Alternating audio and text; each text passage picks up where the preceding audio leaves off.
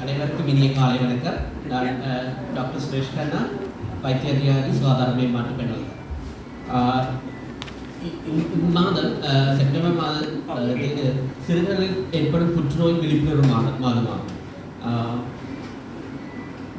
September மாதத்தில் சிறுவர்களுக்கு ஏற்படும் புற்றுநோய் விசேடமாக இந்த செப்டம்பர் மாதம் ஒதுக்கியுள்ள காரணம் சிறுவர்களுக்கு ஏற்படும் புற்றுநோய் 80% புற்றுநோய் குணப்படுத்தக்கூடியது. இதற்காக இந்த செப்டம்பர் மாதம் ஒதுக்கப்பட்டுள்ளது. சிறப்பு விழிப்புணர்வு மாதமாக ஒதுக்கப்பட்டுள்ளது. நேஷனல் கேன்சர் ரெஜிஸ்ட்ரி 2022 தகவலின்படி சிறுவர்களில் இலங்கையில் 35,000 புற்றுநோயாளர்கள் இனம் காணப்பட்டுள்ளனர். இவர்களில் 900 சிறுவர் புற்றுநோயாளர்கள் இனம் காணப்பட்டுள்ளது. அதாவது 2.5 தொடக்கம் 3% சிறுவர்களே புற்றுநோய் தாக்கத்துக்கு உள்ளாகியுள்ளனர். சிறுவர்களில் ஏற்படும் புற்றுநோய் சிறுவர்களின் போது பிறந்த குழந்தை தொடக்கம் 19 வயது இளந்தாரி பருவம் வரையான சிறுவர்களை உள்ளடக்கியதாக இப்புற்றுநோய் காணப்படுகிறது.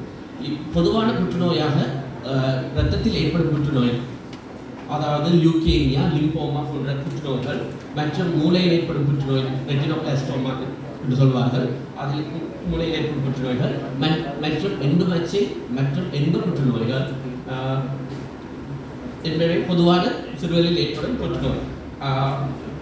மற்றும் வருடத்துக்கு 200 தொடக்கம் 250 வரையான சிறுவர்கள் புற்றுநோயினால் இறக்கின்றனர்.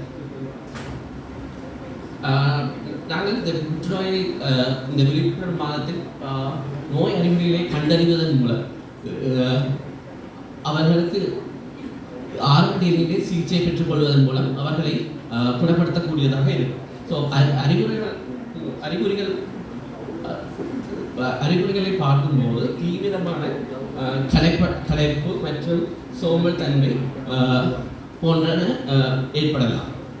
அதேபோல் தீவிர தலையிடி, தலை சுற்றளவு பெரிதாகுதல் போன்றவை நீண்ட காலமாக இருக்கக்கூடியதாக இருக்கும். மற்றும் புதிதாக ஏற்படும் தலையின் சுற்றளவு பெரிதாகும் தன்மை, தீவிர தலையிடி, வாந்தி, வலிப்பு வருத்தம் மற்றும் கண்களின் பார்வையில் ஏற்படும் குறைபாடு, குருட்டுத்தன்மை, இரட்டை பார்வை அல்லது மார்க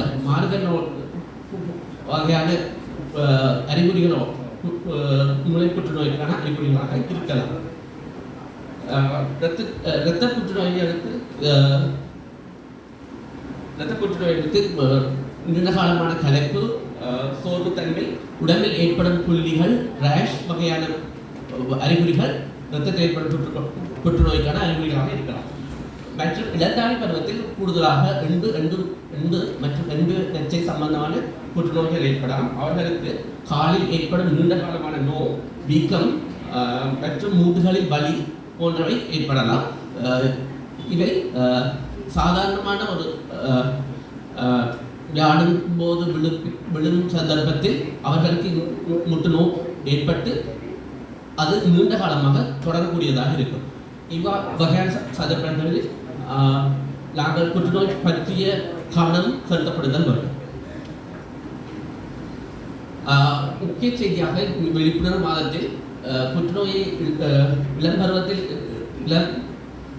ஆரம்ப நிலையை கண்டறிவதன் மூலம் அதற்கான பரிசோதனைகள், சிடி ஸ்கேன், அல்ட்ராசவுண்ட் ஸ்கேன் மற்றும் எம்ஆர்ஐ போன்ற பரிசோதனைகள், பயோப்சி போன்ற பரிசோதனை செய்வதன் மூலம் நோயை கண்டறிவதன் மூலம் நோயை சிகிச்சை ஆரம்பத்தில் ஆரம்பிப்பதன் மூலம் அவர்களை குணப்படுத்தக்கூடியதாக இருக்கும்.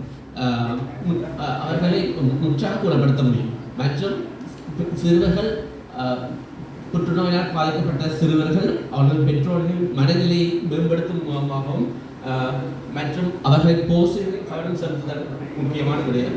மற்றும் சிறுவர்களின் கல்வி நிலையில் அவர்கள் புற்றுநோய் இருப்பதால் அவர்கள் கல்வி நிலையில் மந்தநிலையை அடைய முடியாது. கல்வி நிலையில் கவனம் செலுத்தப்படுதல்